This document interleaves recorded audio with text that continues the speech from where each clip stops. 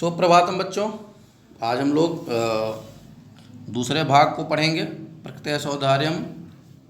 और पिछली कहानी में था कि बंदर के द्वारा शेर परेशान हो जाता है, हाथी आती है, हाथी भी परेशान हो जाती है। तो शेर ने क्या कहा कि भो गज है हाथी, माम एव एतस्मात् एव माम एव एवमेव आतन एते वानराः। कहा कि मुझको भी इन वानरों के द्वारा इसी तरह से परेशान किया गया।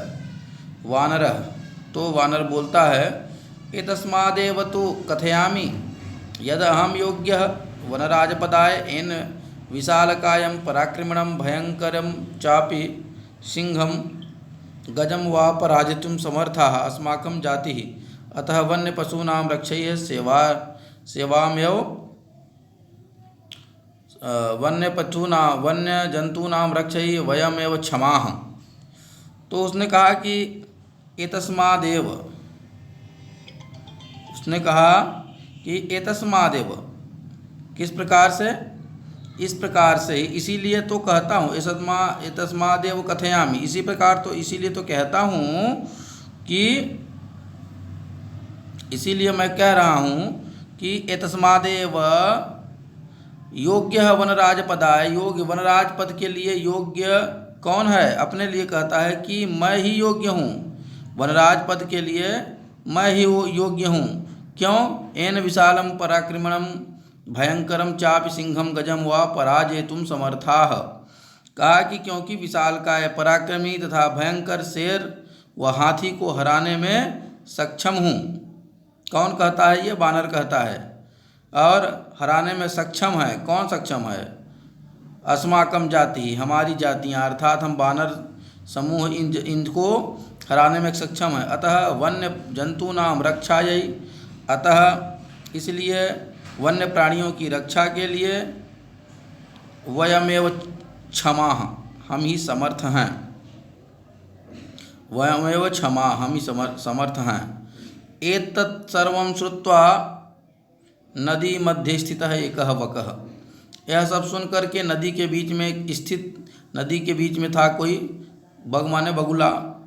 उसने बोला, बक ने कहा, अरे अरे अरे अरे अरे, माम विहाय कथम अन्य को अपि राजा भवितुम अर्हति। कहा, मुझे छोड़ करके और कौन राजा हो सकता है? माम विहाय, मुझे छोड़ करके अन्य कौन राजा हो सकता है? अहम तु शीतले जले बहुकाल पर्यंतम अविचलः ध्यानमग्नः स्थित प्रज्ञः इव स्थित्वा सर्वेषां रक्षायाः उपायान चिंतिष्यामि। कहा कि अरे अरे, मुझे छोड़कर अन्य कोई राजा कैसे हो सकता है? मैं तो ठंडे पानी में बहुत समय तक स्थित, ध्यानमग्न था, स्थिर बुद्धि वाले की तरह रहकर सभी की रक्षा के लिए उपाय सोचूंगा। किसने कहा ये?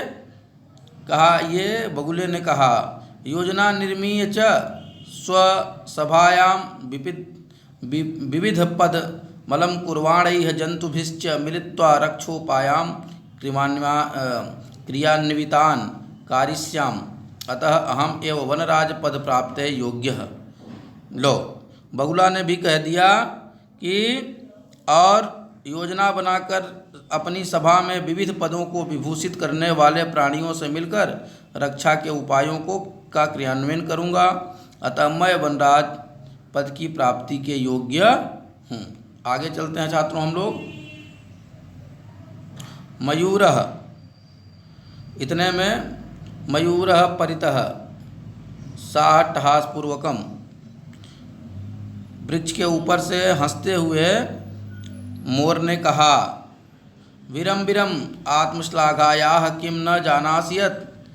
अट्टहास करते हुए कहा, रुको रुको, अपनी प्रशंसा से रुको, क्या यह नहीं जानते हो कि यदि न स्यान्न परितः सम्यङ्नेतादतः प्रज्ञा अकर्णधारा जलधौ विप्लवेते नौरिव। कहा कि किम आप लोग ये नहीं जानते हैं? अन्वय देखिए, यदि समंगेता नरपति न स्यात् ततः प्रजा अवकर्णधारा नव इव जलधौ विप्लवेत। नव इव माने होता है नव, इसका विच्छेद देखिए, संधि विच्छेद नव धन इव स्नात परितः मतलब स्यात् नरपति। इस स्नात रपितः जो है स्यात् नरपति। संज्ञ गेता मतलब सम्यक नेता।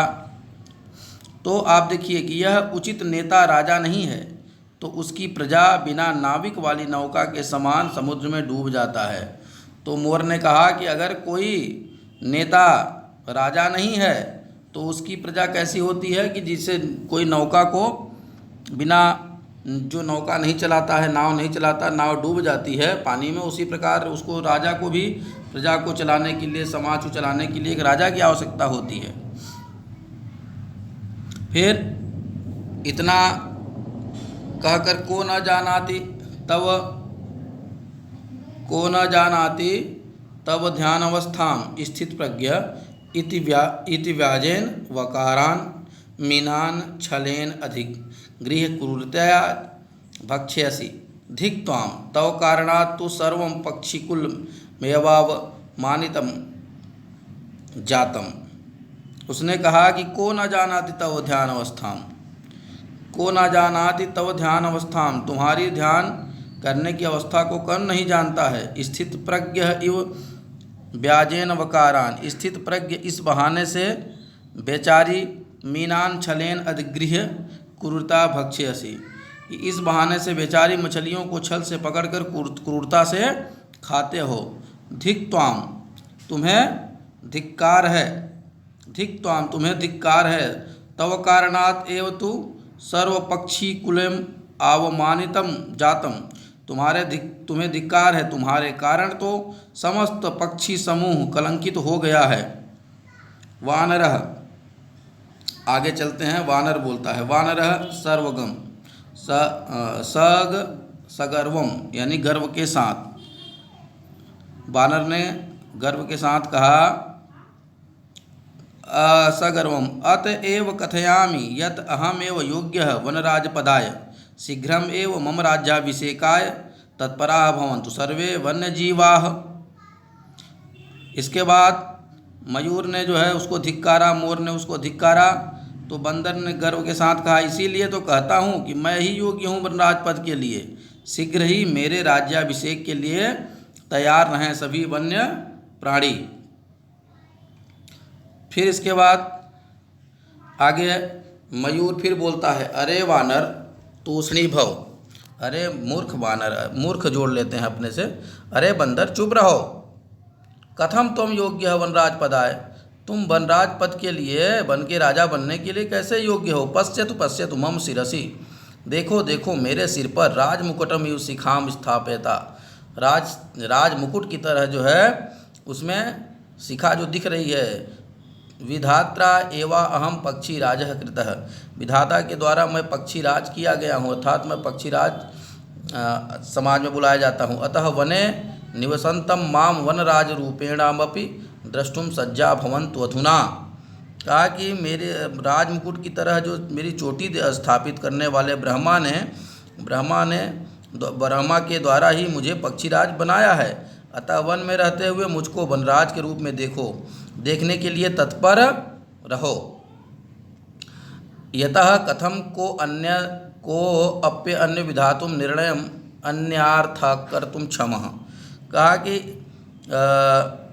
अब इस समय कैसे कोई दूसरा विधाता के निर्णय को व्यर्थ में हटाने में समर्थ है। उसने कहा कि ये तो विधाता का निर्णय है, मैं पक्षीराज हूँ, तो अब कौन है जो अपने व्यर्थ में जो है विधाता के निर्णय को हटाएगा।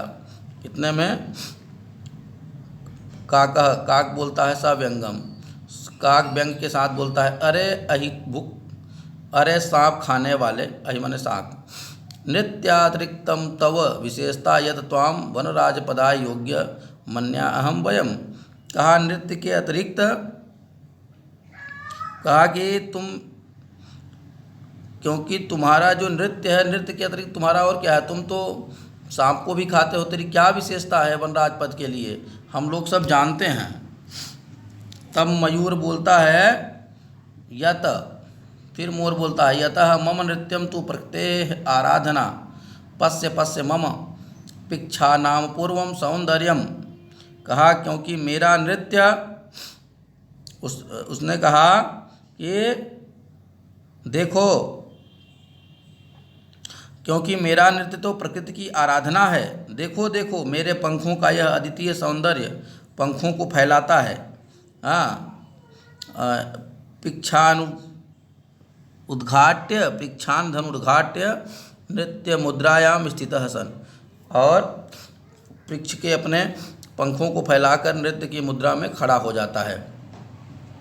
कौन? मयूर। और नृत्य मुद्रायाम स्थितः न कोऽपि त्रैलोक्यम मत सदृशम। कहा कि इस संसार में कोई नहीं है, इस तीनों संसार में, तीनों लोकों में मेरे समान कोई नहीं है सुंदर। वन्य पशु वन्य जंतु नाम उपरि आक्रमणम कर्तारम तो अहम स्वसौंदर्येण नृत्यं च आकर्षितं कृत्वा वनात् बहिष्करिष्यामि, अतः अहम एव योग्य वनराज पदाय। कहता है कि वन्य प्राणियों के ऊपर आक्रमण करने वाले को तो मैं अपने सौंदर्य तथा नृत्य से आकर्षित करके वन से बाहर कर दूंगा, अतः मैं वनराज पद के योग्य हूँ। उसने कहा कि इसलिए मैं वनराज पद के योग्य हूँ। अगले भाग को बच्चों हम आगे पढ़ेंगे। धन्यवाद। आपका दिन शुभ हो।